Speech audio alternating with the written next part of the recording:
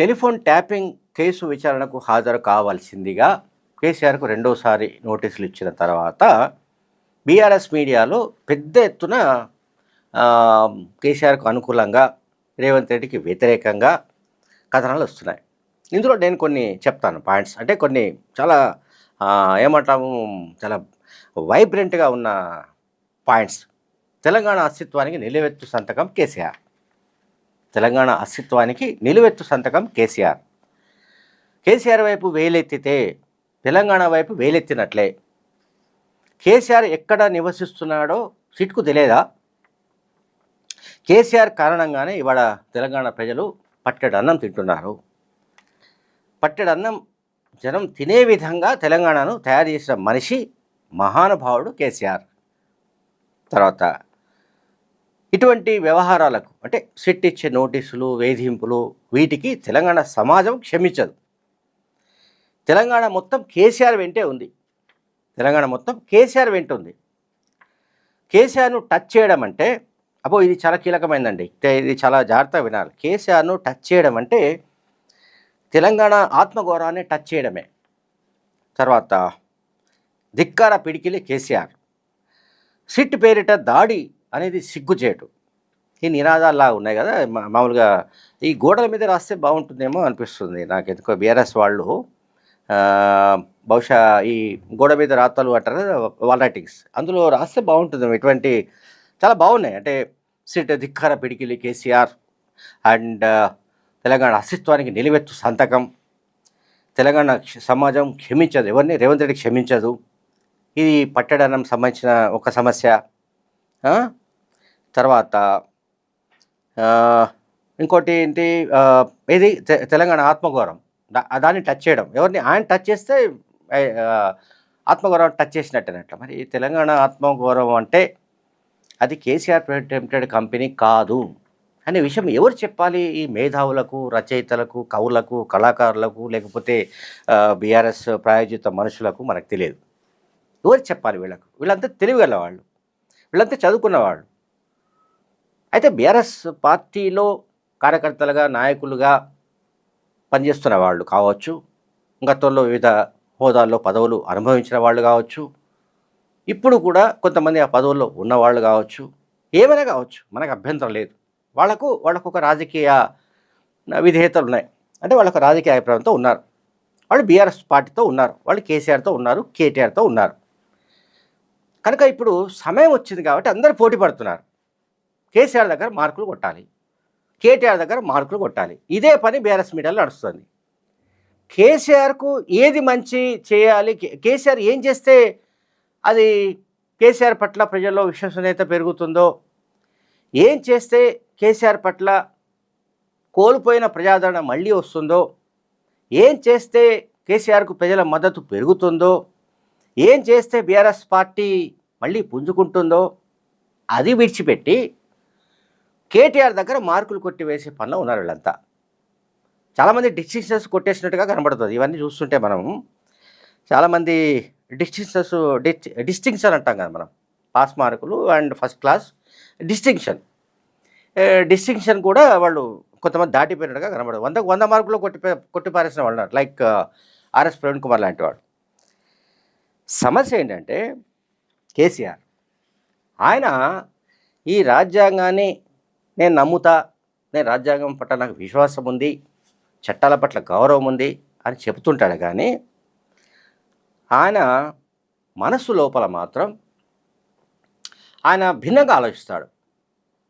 నేను అసలు వీటన్నిటికీ అతీతం కదా, నేను అసలు ఒక దైవాంశ సంభూతుడిని కదా, నేను తలుచుకొని కొట్లాడి పోరాడి 14 ఏళ్ల పాటు ఒకే పట్టు మీద నిలబడి చావు నోట్లోకి పోయి తెలంగాణ తీసుకొచ్చిన వాడిని కదా, నేను తలుచుకుంటే ఏదైనా జరిగిపోతుంది, ఫట్ అంటే ఏదో జరిగిపోతుంది కదా, మధ్యలో ఈ సిట్ ఏమిటి, విచారణ ఏమిటి, పోలీసులు ఏమిటి, అంతా ఏమిటి, ఇదంతా నాన్సెన్స్ అని బహుశా కేసీఆర్ అనుకుంటూ ఉండొచ్చు. అందువల్లనే కేసీఆర్ ఏం ఆలోచిస్తుంటాడంటే ఎవరైనా సరే నా దగ్గరికి రావాలి, ఎవరైనా పిలిస్తే నేను వాళ్ళ దగ్గరికి పోవడం ఏంటి, అది న్యూసెన్స్. అది ఇప్పుడు కేసీఆర్ తనకు తాను ఏం ఆలోచిస్తాడంటే, లేదా ఆయన అట్లా ఆలోచించే విధంగా చుట్టూ ఉండే ఈ భక్త బృందాలు, భజన సంఘాలు ఎట్లా చెప్తుంటాయంటే, "ఏం సార్ మీరు అటెండ్ కావడం ఏమిటి? అసలు నాన్‌సెన్స్ ఇది. మీరున్న దగ్గరికి వాళ్ళు రావాలి. సిట్ గానీ, ఇంకొకటి గానీ ఏదైనా సరే. మీరు జగదల్‌పూర్‌లో ఉన్నా, బీజాపూర్‌లో ఉన్నా, లేకపోతే మీరు ఢిల్లీలో ఉన్నా అక్కడికి రావాలి సిట్టు. అక్కడికొచ్చి విచారణ జరపాలి గానీ, ఏమిటి ఇదంతా నాన్‌సెన్స్? అసలు ఇంతకు ఎర్రవెల్లి ఫామ్ హౌస్ అనేది అది కేసీఆర్ ఇల్లా? కేసీఆర్ పొలమా? లేకుంటే ఫామ్ హౌసా? దీనికి సంబంధించిన స్పష్టత కూడా రావాల్సింది. ఒకవైపేమో నందినగర్ నివాసం ఉంటుంది. అడ్రస్ అన్ని చోట్ల. అఫిడవిట్, టెక్నికల్ అఫిడవిట్‌లో వాటిలో వీటిలో. మళ్ళా చూస్తేనేమో ఎర్రవెల్లి ఫామ్ హౌస్‌కు రావాల్సిందే అని కేసీఆర్ జవాబిస్తుంటాడు సిట్‌కు. అంటే సిట్ విచారణ జరుగుతున్నది హైదరాబాద్ పరిధిలో. ఓకే. సో, జూబ్లీ హిల్స్ ఏసీపీగా ఉన్న వెంకటగిరి ఈ కేసుకు ఐఓగా ఉన్నాడు. ఇన్వెస్టిగేషన్ ఆఫీసర్‌గా ఉన్నాడు. సో, ఆ ఏసీపీ పరిధిలోకి ఎర్రవెల్లి ఫామ్ హౌస్ రాదు. Erravelli farm house almost Hyderabad city నుంచి ఆల్మోస్ట్ అబోవ్ 40 కిలోమీటర్స్ దాకా ఉండి ఉంటుంది. సో, అక్కడికి వెళ్ళి విచారణ జరిపే పరిస్థితి లేదు. So, Jubilee hills ACP investigation officer ఉన్న పరిధిలో విచారణ జరగాలి. అంటే నందినగర్‌లో విచారణ జరగాలి. నందినగర్‌లో విచారణ జరిపితే, విచారణకు వస్తే తన పరువు మర్యాదలు ఎక్కడికి పోతాయని కేసీఆర్ అనుకుంటున్నాడా? లేకుంటే నందినగర్‌కు వెళ్ళొద్దు, మీరు ఫామ్ హౌస్‌లో ఉండండి. అసలు ఏం చేస్తారో, సిట్ ఏం చేస్తుందో, ప్రభుత్వం ఏం చేస్తుందో, రేవంత్ రెడ్డి ఏం చేస్తాడో చూసుకుందామని ఎవరైనా ఆయనను ప్రొవోక్ చేస్తున్నారా? మనకు తెలియదు. అసలే కేసీఆర్‌కు అహంకారం ఎక్కువ. మనందరికీ తెలుసది. అహంకారం అంటే అదేదో మన నెగెటివ్ తీసుకోవడానికి లేదు. అహంకారం అంటే ఆయనకు తెలంగాణ రాష్ట్రం ఏర్పాటు నుంచి, ముఖ్యమంత్రి అయిన నాటి నుంచి అది విపరీతంగా పెరిగిపోయింది. నా వల్ల తెలంగాణ వచ్చింది కనుక, నా వల్ల తెలంగాణలో ఇప్పుడు ఇదంతా తెలంగాణ సమాజం, పట్టెడన్నం, ఆత్మగౌరవం, అస్తిత్వం ఇవన్నీ అంతకుముందు లేవండి. తెలంగాణకు అస్తిత్వం అంతకుముందు లేదు. కేసీఆర్ 2014లో ముఖ్యమంత్రి అయిన తర్వాతే తెలంగాణకు ఒక అస్తిత్వం వచ్చింది. తెలంగాణ ప్రజలకు ఆత్మగౌరవం వచ్చింది. తెలంగాణ ప్రజలకు పట్టెడన్నం వచ్చింది. ఇంక అన్నీ వచ్చాయి.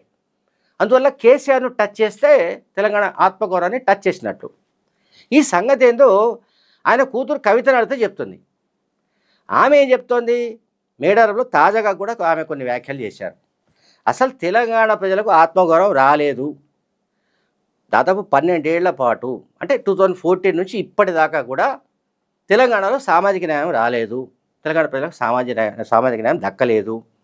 అట్లాగే తెలంగాణ ప్రజలకు ఆత్మగౌరవం కూడా దక్కలేదు అని ఆమె చెప్తోంది.